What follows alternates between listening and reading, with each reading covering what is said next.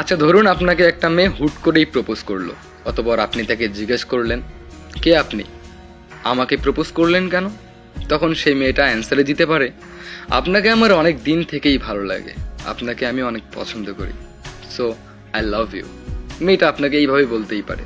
তখন আপনি সেই মেয়েটার পরিচয় জানতে চাবেন।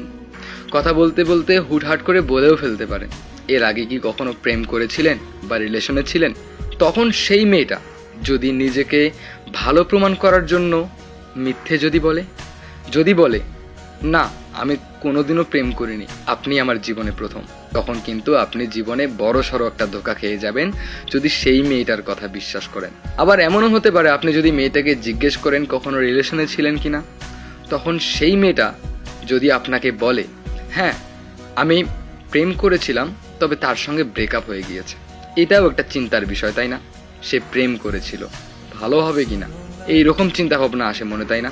এখানে দুইটা বিষয়, একটা, যেই মেয়েটা শুরুতেই আমাকে মিথ্যা বলল নিজেকে ভালো প্রমাণ করার জন্য, সেই মেয়েটার সঙ্গে আমি কি করে রিলেশনে যাব?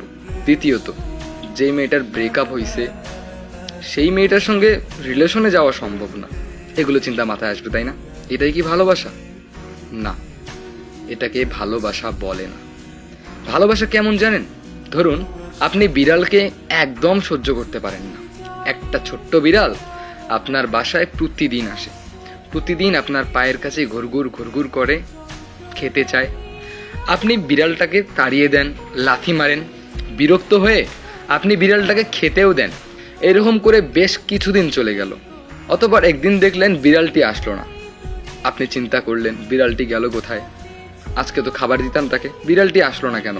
2 দিন চলে গেল, আপনি মনে মনে ভাবতেছেন, ইস, বিড়ালটা আমার সঙ্গে ঘুরঘুর করতো, অনেক ভালো লাগতো, যতই তাড়িয়ে দেই না কেন।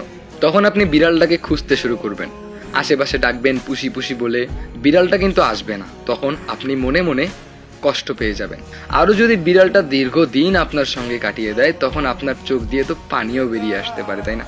আবার একদিন দেখলেন বিড়ালটা আবার আসলো, আপনি যখন বিড়ালটাকে দেখলেন আপনি মনে মনে একটা শান্তি পেলেন, না আমার বিড়ালটা আবার এসেছে।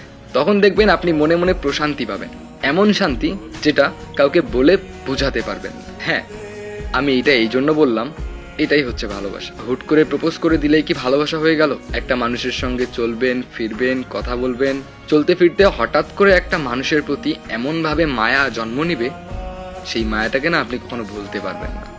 হ্যাঁ, সেটাই হচ্ছে ভালোবাসা। হঠাৎ করে আজকেই দেখলাম, আজকেই প্রপোজ করে দিলাম, আমার সঙ্গে রিলেশন করবে কি না, হ্যাঁ আমি রিলেশন করব, এগুলো ভালোবাসা না, এগুলো সব ছেলে খেলা। বরঞ্চ ভালোবাসা সেই জিনিস, দীর্ঘদিন পর যেই জিনিসটার মায়া আটকে থাকে, সেটাই ভালোবাসা। সো একটা ভুল সিদ্ধান্ত কিন্তু সারা জীবনের কান্নার কারণ। জীবনে যাই করবেন ভেবে চিন্তে করবেন। হুটহাট প্রপোজ করে দিলেও অ্যাকসেপ্ট করে নেবেন, পরে তো ধোকা খাবেন।